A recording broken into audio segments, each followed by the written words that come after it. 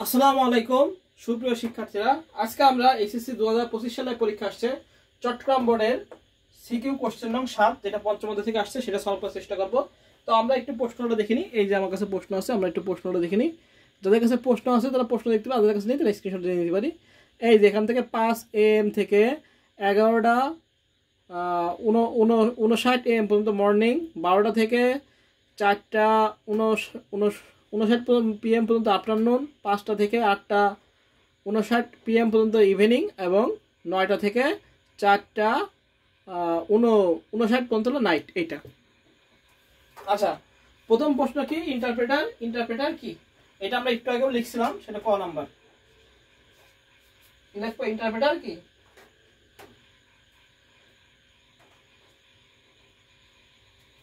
লিখবো ইন্টারপ্রেটার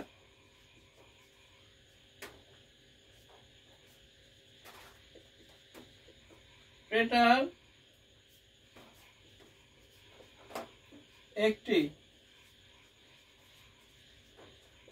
অনুবাদক programme. Interpreter একটি অনুবাদক প্রোগ্রাম যা কি করে উচ্চ স্তরের ভাষার প্রোগ্রামকে প্রতিটি লাইন এক লাইন বাই লাইন কি করে মেশিন কোডে রূপান্তর করে। যা উচ্চ স্তরের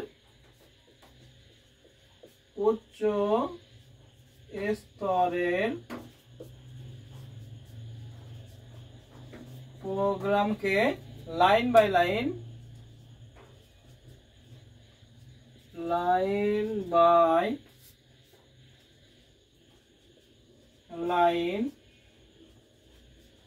অনুবাদ করে।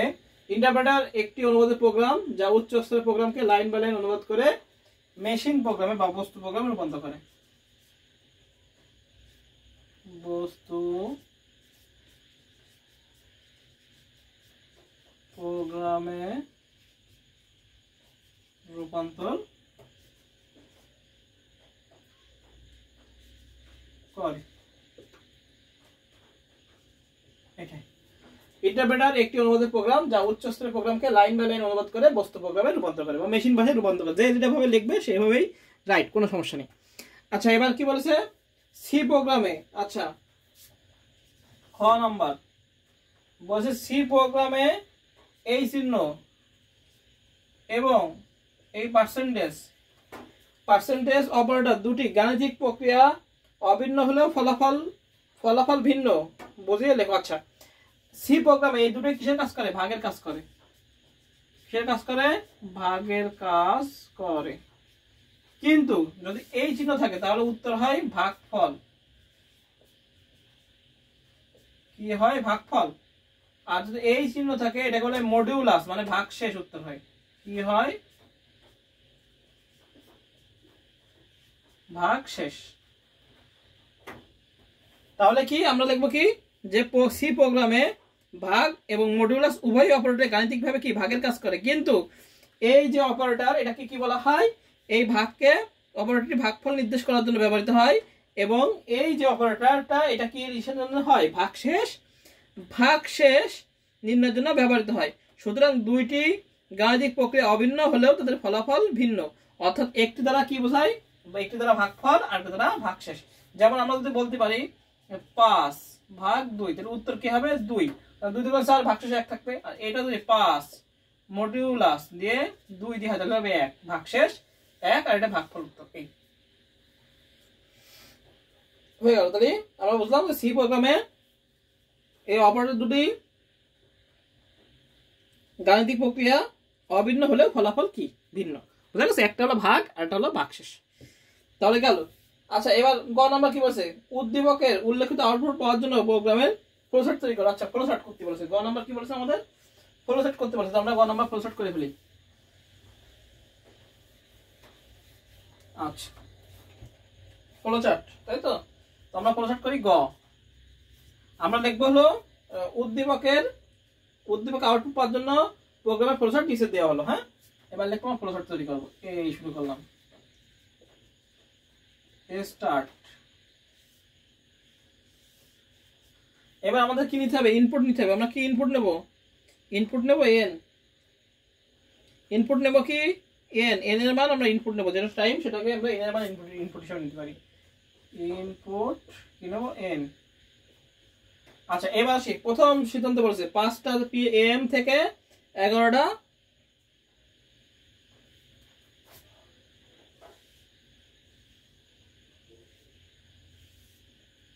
বলছিল 5টা PM থেকে 11টা 49 AM পর্যন্ত, 5টা AM থেকে 11টা 49 AM পর্যন্ত। আমরা এখানে শুদ্ধ লিখবো ইফ, যদি লিখি এখানে যদি, যদি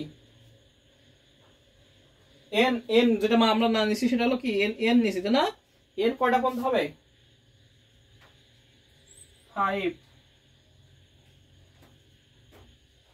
AM। 5টা থেকে বলেছে কিসের ভিতরে? 11টার মধ্যে। কিসের মধ্যে বলেছে? কিসের মধ্যে বলেছে? 11টার মধ্যে বলেছে। আচ্ছা তাহলে এটা এন ঘুরে যাবে কত? 11টা 49 AM। আচ্ছা আরেকটা সুন্দর করে লিখি,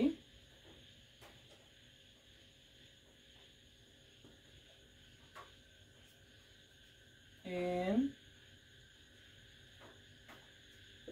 11টা 49 AM। যদি এন এর মান,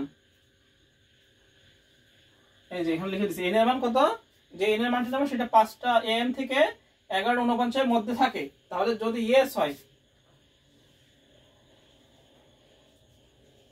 ইয়েস যদি হয় তো প্রিন্ট করতে বলেছে মর্নিং।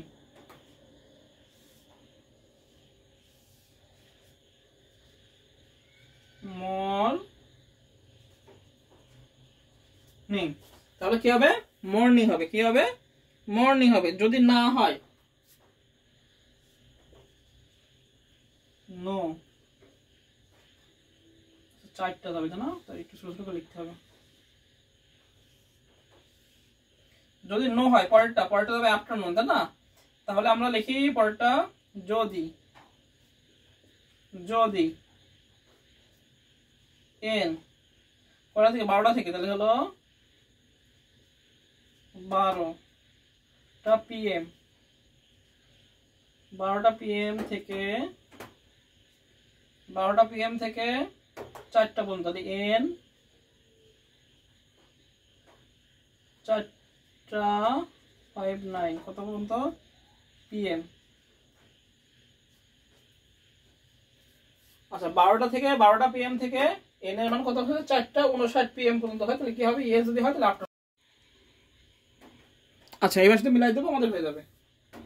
তাহলে কি হলো? 5টা থেকে যদি এন এর মান যদি কি হয় 5টা থেকে 11টা 50 এর ভিতরে হয় তাহলে ইয়েস হলে মর্নিং। আর যদি না হয় তাহলে কি হবে? তাহলে হলো 12টা থেকে 4টা 59 এর মধ্যে যদি না হয়, ইয়েস যদি হয় তাহলে কি আফটারনুন। আর যদি না হয় তাহলে কি হবে? পরের কন্ডিশন যাবে। পরের কন্ডিশনে 5টা থেকে 8টা 59 PM এর ভিতরে থাকে, তাহলে ইয়েস যদি হয় তাহলে ইভিনিং। এখন যদি এই তিনটাই না হয় তাহলে কি? নিঃসন্দেহে নাইট। এবার তিনটা আমরা মিলাই দেবো, মিলাই দিলে আমাদের শেষ। তো মিলাই দিই আমরা, এখানে মিলাই দিই।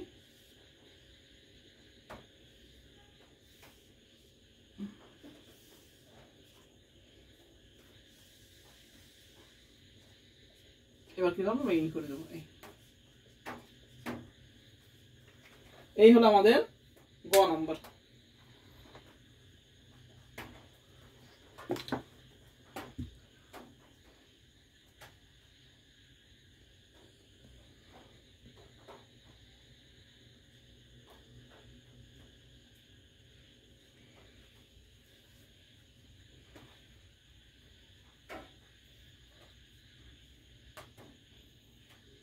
আচ্ছা আমরা একটু বুঝে নিই। বলছে কি প্রথমে শুরু করেছে স্টার্ট এন, এবার বলছে ইনপুট দিছি এন, যদি এন এর মান 5টা থেকে 11টা 59 এর মধ্যে হয় তাহলে ইয়েস যদি হয় তাহলে মর্নিং। যদি না হয় পরে কন্ডিশন যাবে 12টা PM থেকে 4টা 59 PM এর মধ্যে যদি হয় ইয়েস হলে আফটারনুন, না হলে পরে কন্ডিশন যাবে। যদি বলছে 5টা থেকে 8টা 59 এর ভিতরে PM, যদি হ্যাঁ হয় তাহলে ইভিনিং, আর যদি না হয় তাহলে কি নিঃসন্দেহে নাইট। পরেরটা তো লাগছে না, পরেরটা বলেছে হলো 9টা থেকে 9টা 4টা 59, এটা লাগছে না। যদি এই তিনটা না হয় তাহলে কি নিঃসন্দেহে নাইট, তাহলে কি এই 4টি মিলাই দিলাম, আমাদের শেষ হয়ে গেল। এই হলো গ নাম্বার। আচ্ছা ঘ নাম্বার বলছে ইফ এলস ইফ স্টেটমেন্ট ব্যবহার করে উদ্দীপক উল্লেখিত আউটপুট পাওয়ার জন্য সি ভাষা কোড লেখা। আচ্ছা এবার বলেছে কোড লিখতে, অর্থাৎ এই যে প্রোগ্রামটা এটা কোড লিখতে। এই হলো আমাদের ফ্লো চার্ট হয়ে গেল। এবার আমরা কোডে চলে যাবো।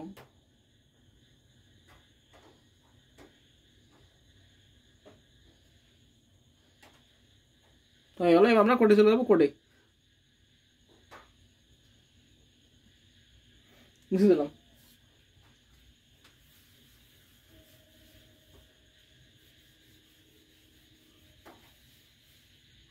ঘ নাম্বার গেল। এবার আসে আমরা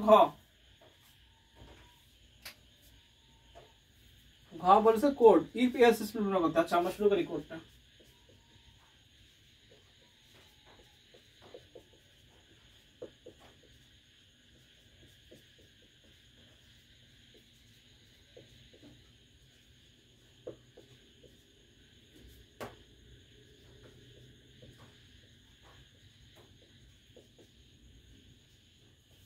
ভয়েড মেইন ইনমেন্ট যে যেটা দেবে সেটাই রাইট, কোনো সমস্যা নেই। আমরা এখানে টাইম নেব, ফ্লোট টাইম নেব। ফ্লোট টাইম মানে আমরা এনও নিতে পারি, তাও কোনো সমস্যা নেই। যেটা আমরা এতে নিছিলাম অ্যালগরিদমে এতে নিছিলাম সেটা এন হিসাবে আমরা টাইমটা নিতে পারি, কোনো বিষয় না। হ্যাঁ, বা টাইমও নিতে পারি ফ্লোট এবং এন হিসাবেও নিতে পারি। হ্যাঁ একবার আমাদের। আচ্ছা এবার আমরা এ লিখি সিএলআর এসসিআর ক্লিয়ার স্ক্রিন দিলাম। প্রিন্টএফ ইন্টার ইওর টাইম দিলাম। এন এর মান যেটা হবে সেটা আমরা টাইম দিতে পারবো। বলছি ইফ এলস স্ক্যানএফ দিয়ে ইনপুট নিয়ে নি, স্ক্যানএফ পার্সেন্ট ডি দিয়ে এন দিলাম। এবার প্রথমে ইফ যদি কত বলেছে কন্ডিশন লিখবো আমরা। এন এর মান যেটা থাকবে, যেটা মান যদি আমাদের কি হয়, যদি আমাদের কটা বলেছে প্রথমে বলেছে হলো 5টা,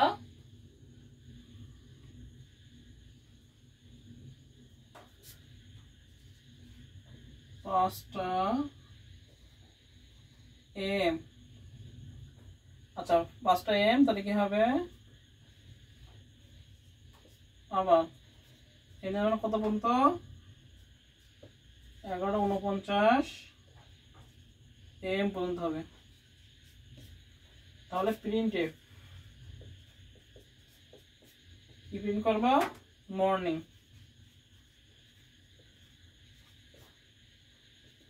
গেল। এলস ইফ আবার যদি এন এর মান কোথায় 12টা থেকে 12টা PM থেকে যদি এন এর মান কয়টা পর্যন্ত হয় 4:59 PM, তাহলে প্রিন্টএফ কি দেবো আফটারনুন।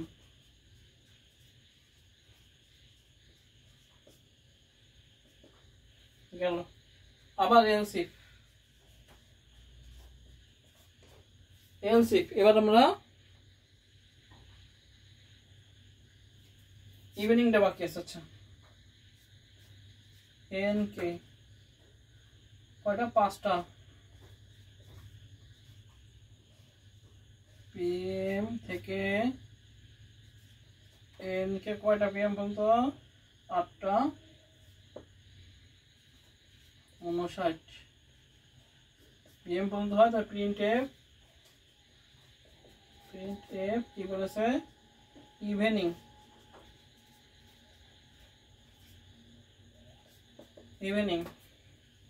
এলস অন্যথায় প্রিন্টএফ অন্যথায় কি নাইট NIGST। জাস্ট টাইম অনুযায়ী করে দিলাম, যেরকম প্রশ্ন করেছে সেরকম ভাবে করে দিলাম, আর কিছু না। গেট সিরিজে প্রোগ্রাম শেষ করে দিলাম। এই হলো আমাদের প্রোগ্রাম।